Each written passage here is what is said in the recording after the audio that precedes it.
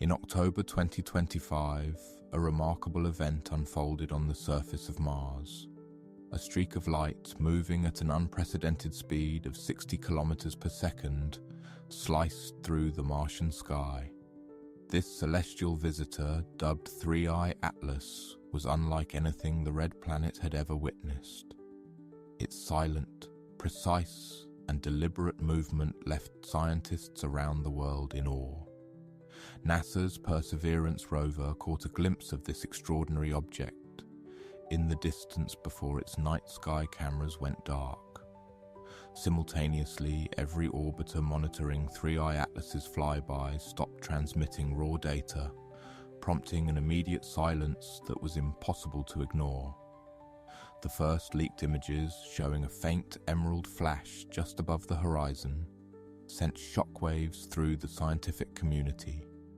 No comet should move like that, and no ordinary object should exhibit such a brilliant, non-luminous glow. Amateur astronomer Stefan Burns was the first to post a 9-minute time-lapse stitched from Perseverance's public image archive. The sequence showed a razor-thin streak cutting across the Martian sky, moving at 60 kilometers per second, far beyond the speed of any known meteor or artificial object. The alignment of the streak perfectly matched the predicted path of Three-Eye Atlas during its closest approach, reigniting the debate about its true nature. As speculation grew, one question echoed through observatories and control rooms alike. If this was truly Three-Eye Atlas, then why had every official data channel gone silent at that exact moment?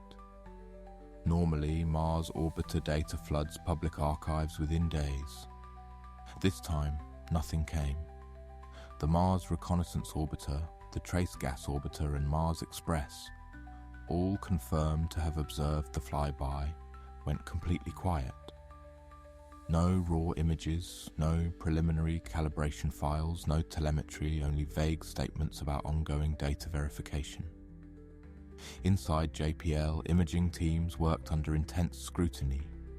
For a target moving at interstellar velocity, even a fraction of a pixel's error could fabricate false fragments or phantom jets. Every image had to be hand-checked, every cosmic ray strike manually flagged. But the real reason for the delay was far stranger. Several memos later revealed that multiple instruments had recorded objects near Three-Eye Atlas that appeared to move in perfect synchronization, small, faint companions trailing behind it in tight formation. The motion wasn't random, the geometry was precise. Some engineers called them debris fields, others whispered another word: probes. As the Mars data backlog deepened, the only telescope still watching was the James Webb, waiting for the moment the interstellar visitor emerged from Mars's shadow. When partial spectral readings finally reached Earth, they deepened the mystery instead of solving it. Normally, a comet's green glow is the signature of dicarbon, molecules of C2 excited by sunlight. But the spectral fingerprint from Mars's orbiters told a different story. There was no dicarbon. Instead, the data showed abnormally high levels of carbon dioxide, nickel, and cyanogen, a chemical blend no comet in our solar system has ever displayed. Even more perplexing was the ratio of nickel to iron, reversed, with nickel dominating by an order of magnitude. Planetary chemists tried to fit the readings into existing models and failed. Some suggested exotic formation zones in interstellar space. Others proposed contamination from unknown alloys. But the green glow remained unexplained. How could light behave as though carbon was burning when the carbon wasn't there? It was a paradox that defied every known rule of cometary physics, unless the glow itself wasn't chemical at all. Unless it was something else, a signal masquerading as light. Then came the images that broke the model completely. Mars Express and the Trace Gas Orbiter both recorded something that no comet should ever produce: a jet of material blasting toward the sun, not away from it. A forward jet. Dust models collapsed under the data. The jet's structure was too narrow, its brightness gradient too steep, and its geometry too perfect. It was as though the object was propelling itself rather than reacting to solar heat. Worse, despite the visible outgassing, 3I Atlas's trajectory didn't change at all. This path remained gravitationally perfect, showing no measurable deviation from its predicted course. That meant one thing. Whatever it was ejecting wasn't pushing it off balance. The object was too dense, too massive, too stable. Calculations placed its mass at more than 10 billion tons, far heavier than any known comet, and more akin to a metallic asteroid. As the data poured in, the term natural object began to crumble. What if 3I Atlas wasn't shedding dust at all? What if it was activating? As 3I Atlas disappeared behind Mars, a strange phenomenon gripped the deep space network. Engineers monitoring communications from the Martian orbiters began detecting interference.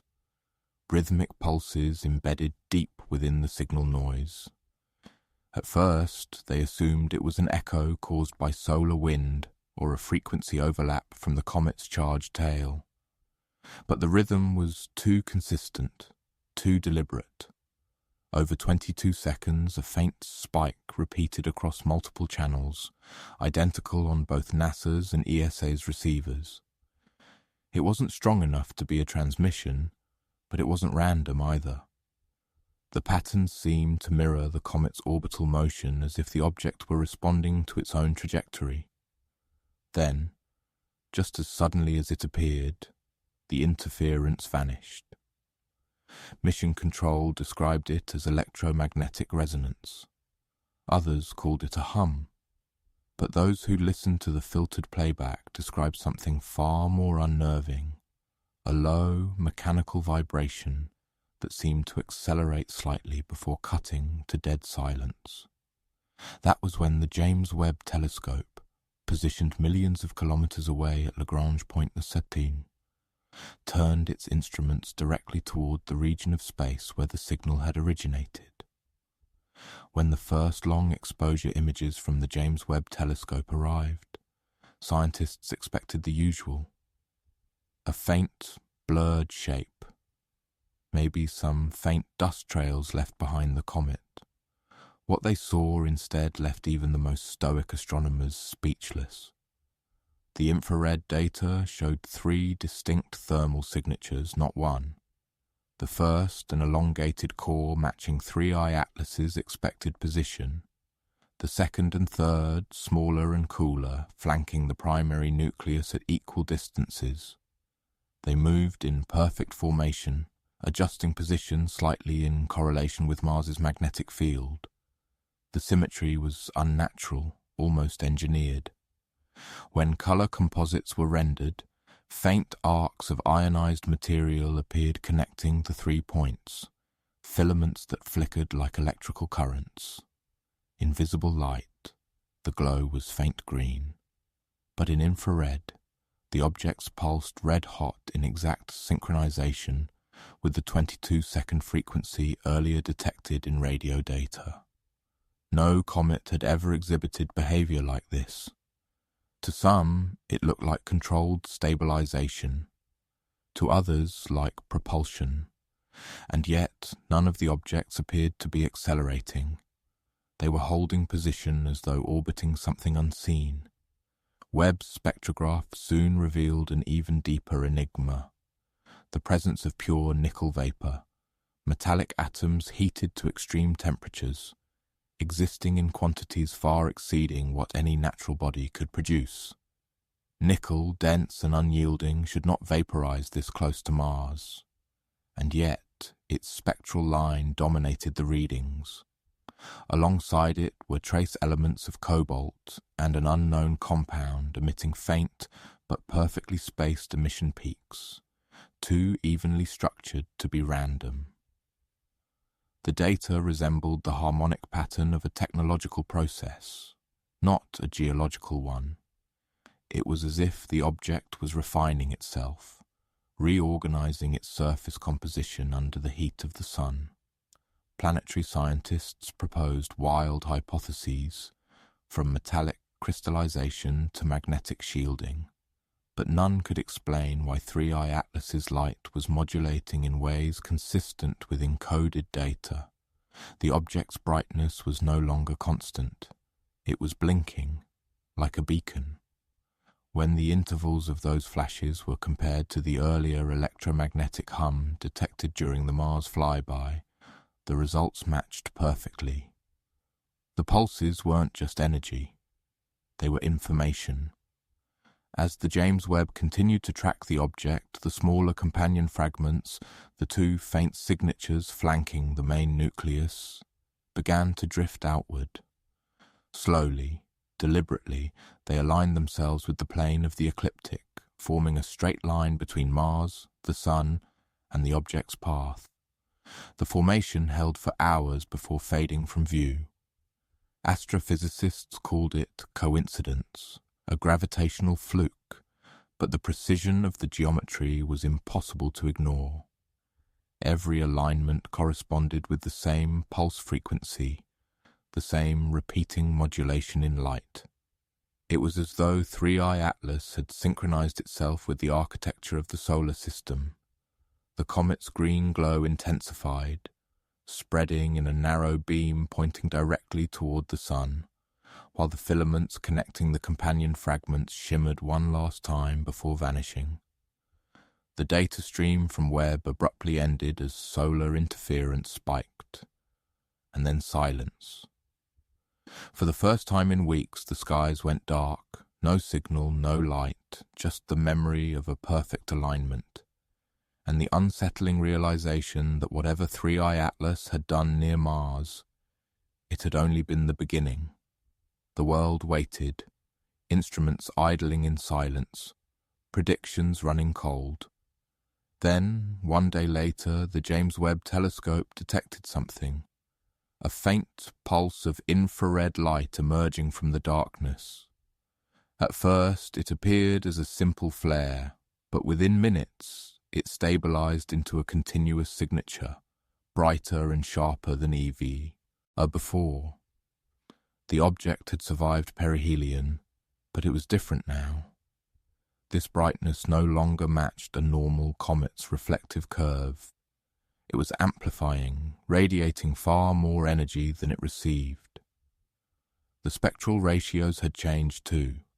The once dominant nickel lines were now accompanied by new, unidentified emissions, narrow, perfectly spaced, like harmonics from a vibrating string. The frequency matched the 20-second rhythm that had haunted every observation since the Mars flyby. But this time there was something else layered beneath it. A secondary pulse, shorter, faster, and hauntingly familiar. When engineers overlapped the new data with the previous signal logs, they realized it was an echo, a reflected version of the very transmissions Earth had been sending into space for decades. It was as if 3i Atlas had listened and was now replying. Soon after the object's reappearance, radio observatories across the globe began picking up disturbances in the hydrogen line. 1420 MHz, the same frequency used in the historic WOW signal from 1977. The pulse repeated at precise intervals too deliberate to dismiss. When decoded, its harmonic structure revealed a pattern eerily similar to the comet's orbit, a spiral drawn in binary, replicating its flyby path around Mars. It wasn't just broadcasting randomly, it was transmitting its own history back to us. The realization hit like a shockwave through the scientific community. The idea that an interstellar object could record, store, and retransmit electromagnetic information defied all known physics. And yet, the James Webb's data confirmed the impossible.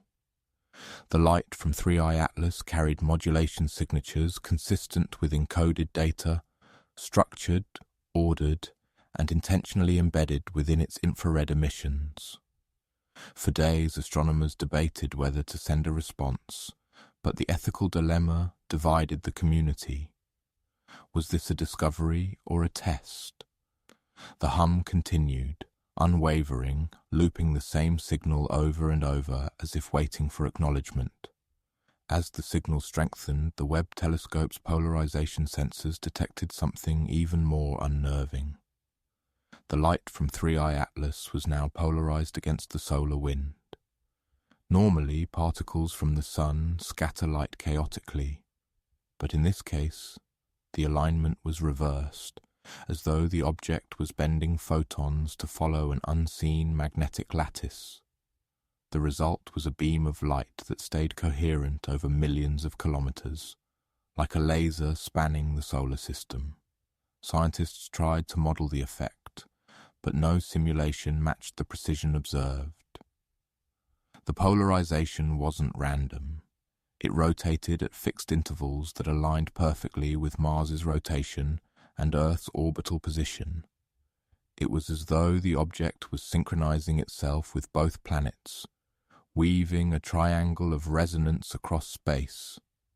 Amateur astronomers began to notice strange reflections in the night sky. Faint ripples of green light sweeping across the horizon every time 3i Atlas completed one of its polarization cycles. The effect was visible from both hemispheres, lasting seconds before vanishing. To some, it looked like a communication beam. To others, a countdown. Hours later, the impossible happened. The James Webb Telescope recorded a sudden acceleration in 3i Atlas's motion, a deviation of less than 0.01% from its projected course, but one that couldn't be explained by gravity or solar radiation. For the first time, the object had moved under its own power. The acceleration was faint, gradual, and incredibly precise, like a ship adjusting its trajectory. What made it even stranger was the direction. Instead of continuing its outbound path into interstellar space, 3i Atlas had curved slightly inward, aligning its vector with Earth's orbital plane. The adjustment was microscopic, but intentional, and as it made that shift, the rhythmic signal changed too. The 20-second pulse began to slow down, 23 seconds, then 24, as if matching Earth's time dilation, adjusting for our planet's motion. The entire solar system seemed to pulse with it, a resonance that spread across electromagnetic fields, radio frequencies, and even seismic instruments. No one could explain how or why, but every system sensitive to electromagnetic fluctuation from satellites to underground sensors registered the same pattern. The signal wasn't coming from space anymore. It was passing through us. At first, it was subtle. Small variations in the upper atmosphere, faint flashes detected only by high-altitude observatories. But within days, the phenomenon became undeniable. A pulsating green aurora appeared over regions where no auroras had ever been seen before. Equatorial zones, deserts, and mid-latitudes bathed in spectral light that shimmered every 24 seconds, matching the exact rhythm of 3i Atlas's pulse. Air traffic control towers began reporting strange electromagnetic interference at the same intervals, and civilian communication satellites experienced brief but synchronized drops in transmission. Every instance corresponded perfectly with the object's updated orbital position. The glow intensified night after night, and when scientists compared atmospheric readings, they discovered something chilling. The light wasn't coming from the atmosphere. It was being projected onto it, as if from space itself. High-resolution telescopes tracking the source traced the beam's origin not to the sun, nor to any known celestial reflection, but to a narrow cone of energy emitted directly from 3i Atlas, now positioned in perfect alignment with Earth's magnetic equator. The comet wasn't just passing by anymore, it was targeting the planet with mathematical precision. Governments around the world mobilized in silence. Observatories, defense satellites, and radio telescopes were all repurposed into a single global network tasked with monitoring 3I Atlas. The object had become too organized, too deliberate. But then a new anomaly emerged when no one could explain. The Earth's sea cables, electrical grids, and even underground data servers began to emit a faint electromagnetic hum.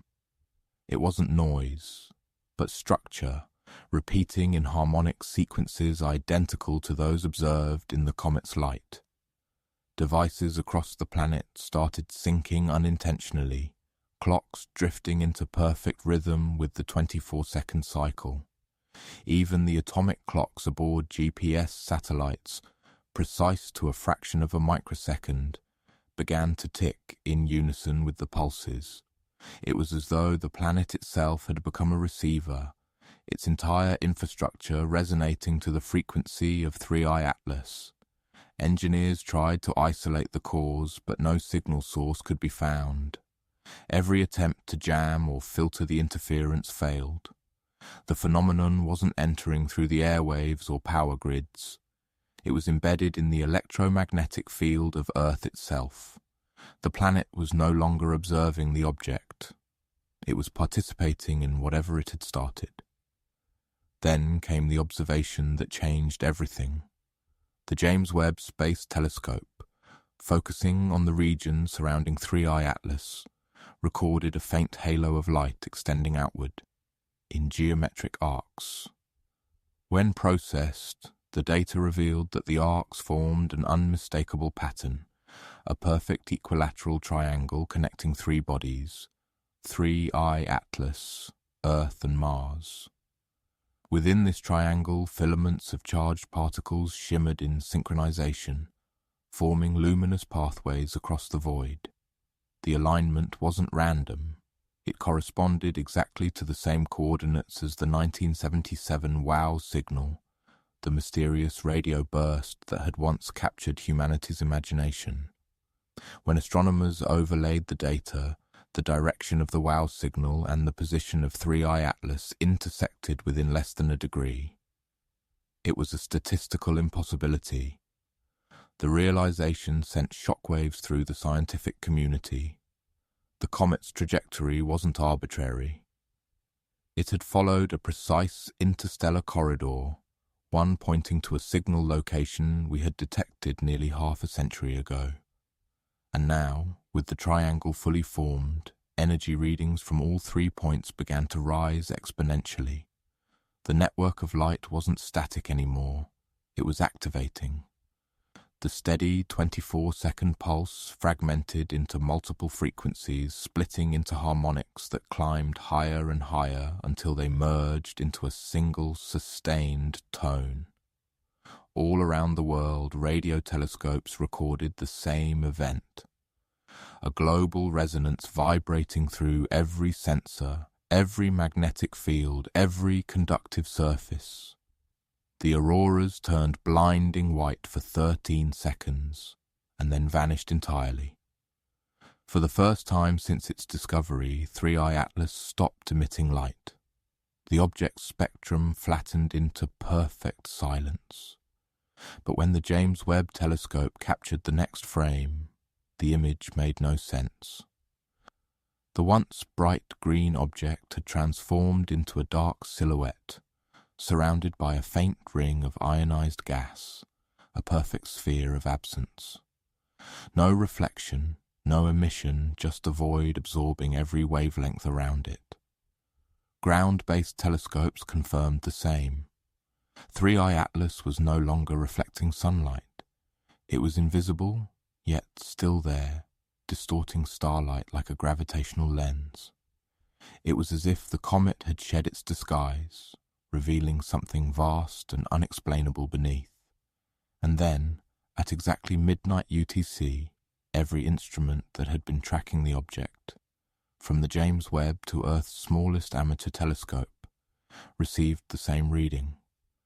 A sudden surge of energy originating not from space, but from deep beneath Earth's crust. For months, scientists had described 3I Atlas as a visitor, a silent wanderer from another star. But as its glow vanished and the world's instruments trembled with the final pulse, that illusion died. Whatever this object was, it hadn't come to visit. It had come to awaken. The surge detected beneath the Earth's crust was no accident. Seismic readings across the planet began to oscillate in perfect rhythm with the same harmonics that once pulsed from the comet. Deep radar scans detected reflections from unknown densities.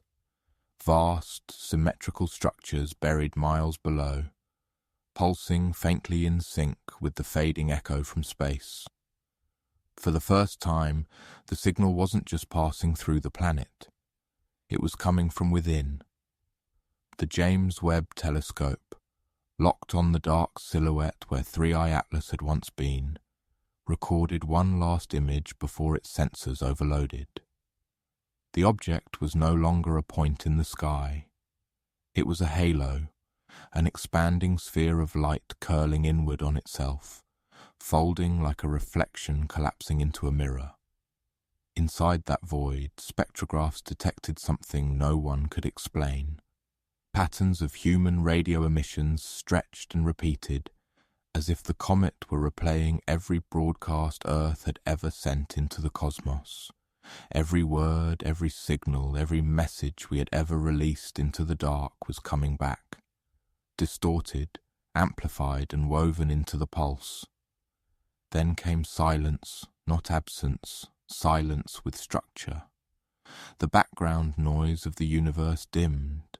Cosmic radiation dropped. Even the random hum of interstellar space flattened into stillness, as though reality itself was holding its breath. And just before the James Webb's imaging array went blind from overexposure, the halo shifted one last time, forming a single, unmistakable shape, a spiral. The same trispiral geometry that had appeared across the orbits of Mars, Earth and the Sun.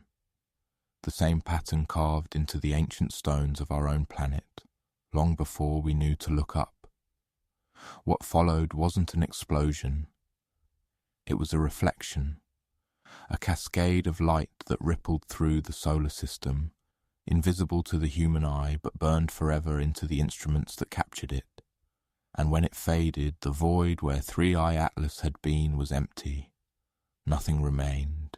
No dust, no trail, not even gravitational residue. Only the pulse endured, faint but eternal, embedded in the electromagnetic hum of our own planet. Now, the world listens.